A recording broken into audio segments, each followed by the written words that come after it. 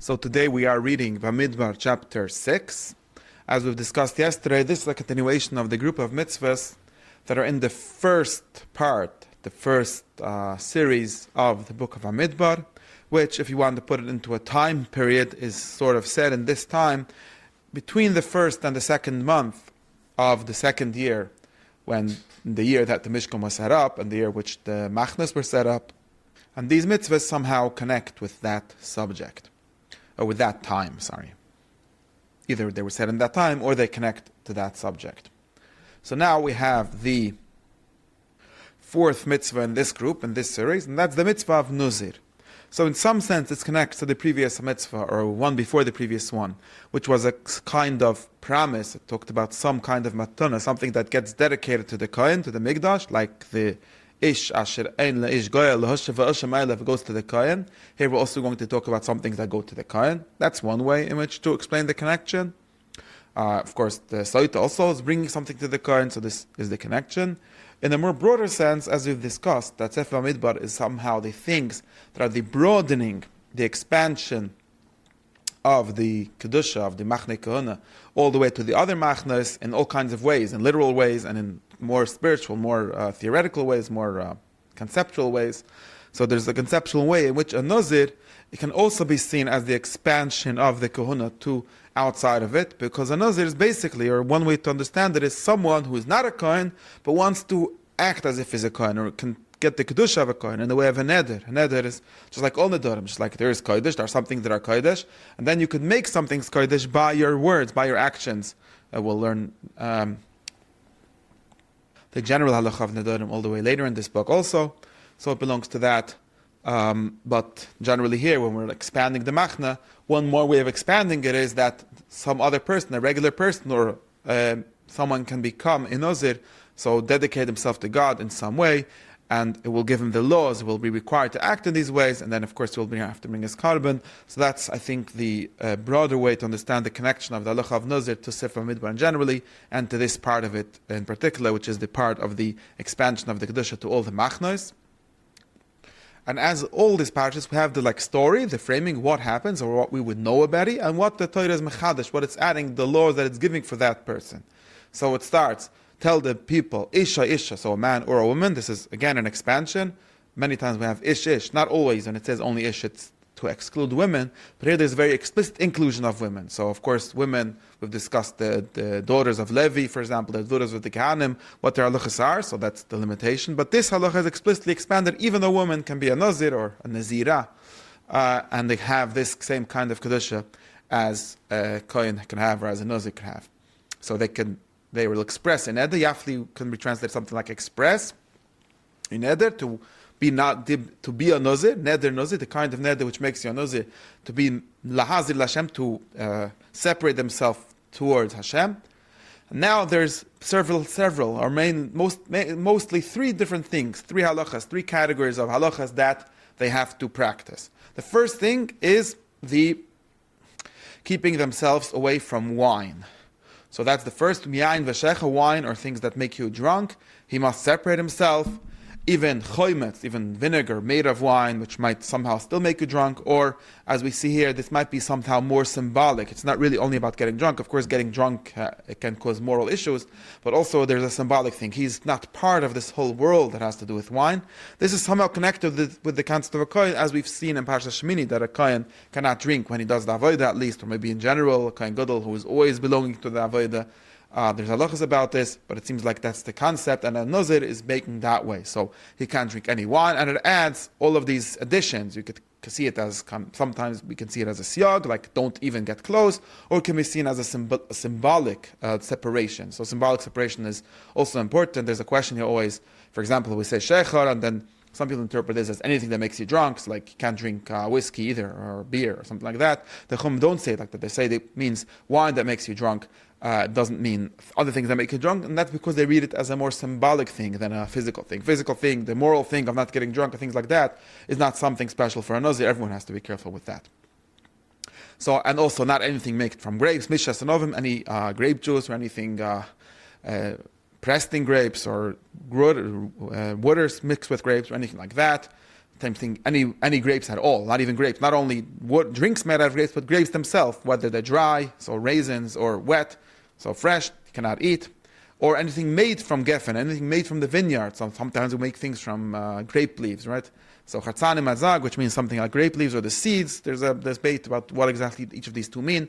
But even those things doesn't eat. So again, he's totally separated from all of the concept of vineyards and wine. That's one thing that a Nazir has to do. And that's the law. So in other words, if you say Hareni Nazir, you make yourself a Nazir, you have to carry out the concept of a Nazir as the Torah defines it. A Nazir, you can't just define it yourself. You can make a neder for whatever you want, but a Nazir is a specific kind of neder that gives you a specific kind of kedusha. And as I'm saying, it's a symbolic kedusha, not only like a practical kedusha, like being dedicated to something. There's a symbolism in this, and therefore you have to follow these laws. Second thing you have to follow is you cannot cut your hair, or the way it says it, a razor cannot pass on your head. All of these times, you will have to let your hair grow, gadil pera, grow openly or grow freely. We've seen it, pura asresh ester, right, means open her hair or uncover her or something like that. So the Nazir does not groom his hair, cannot cut his hair all of this time. That's something that we did not entirely find by Kohanim. In some sense, we even found the opposite.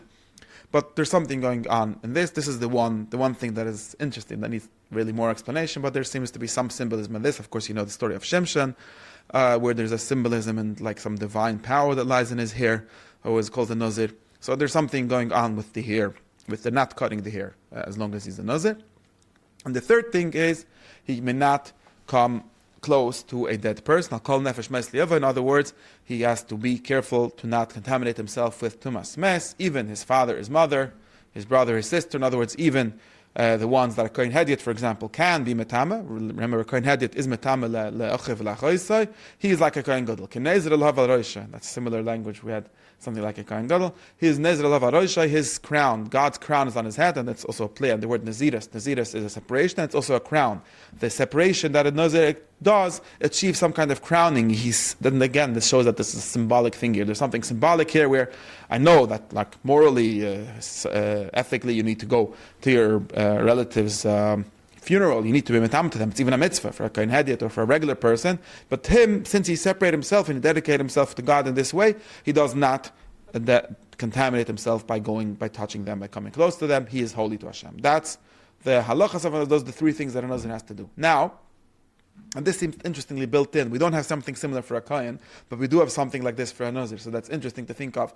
Why a kohen doesn't have halacha? What does he do if he gets tumah? Of course, he gets tumah, he has to purify himself, but it doesn't say about, like, he doesn't have to bring a carbon, he doesn't have to have a kapara for that. So it seems like the pasuk might be saying something like, if you decide yourself to act this way, then you carry responsibility for it. So even if something happened by mistake, or if it was always even oines, of course, your hair can be cut off by mistake or by coercion or by force. That's not wouldn't be an issue. But if you will, sometimes someone dies next to you, or you, somehow by way of some unplanned thing, right? Sometimes you can't plan everything around you. And he v'timeresh his head, the head that is holy, right? Nazir alav is here. So it seems like maybe the point of the hair, maybe this can give us a clue to what the point of the hair is. Like a kohen has big dekona, has like some kind of hat or some kind of clothing that give him the crown of God, or like a kohen gadol has it sits, which is also called Nazir alehav. The Nazir cannot get that, but he has his hair instead. And if he gets tameh, so he desecrates that. So, right, he's desecrating the kedusha that's on him. And therefore, what he's going to have to do is, on the day that he purifies himself, right? So the seventh day, and we will learn in Parshas Chukas that at the seventh day after he has the efer pura on him, it gets purified with that. And the seventh day he will cut off his hair. That's like he ends this naziris. And the eighth day, so after he's entirely pure, he will bring a carbon, two pigeons or two b'nayana, two birds, to the kohen, and they will make a chatas and oila. That will be the two coins. This will be a kapara, an atonement that he sinned by going close to a nefesh, on a dead person, nefesh mais, and then his head will be holy, re-holy. So this is like fixing the problem of him getting tumah by mistake, or by, I don't want to call it by mistake, by befesa pisim in an unplanned way. It wasn't his fault. Then that he has to bring this karbonos when he's pure, and then he restarts the thing. So then he starts again the days, or apparently here we see that there's an amount of time, so we'll see also how in the next parasha, what happens in the regular time. So a Nazir is not something forever, generally. Of course, there might be some Nazirim that promise it forever, but apparently the standard way is to do it for a period of time. So here, he's going to have to act as if his period of time is finished, and he will start it again, and then he will bring also a keves for oila. So those are the 3 carbonates that he has to bring, really. And vayom harishonim yiplu, so the previous days will fall off, right? They will fall apart because kitum Israel, because he made Tumah his Nazir, so therefore he will have to start all again and start again. He loses the days before. That's what happens.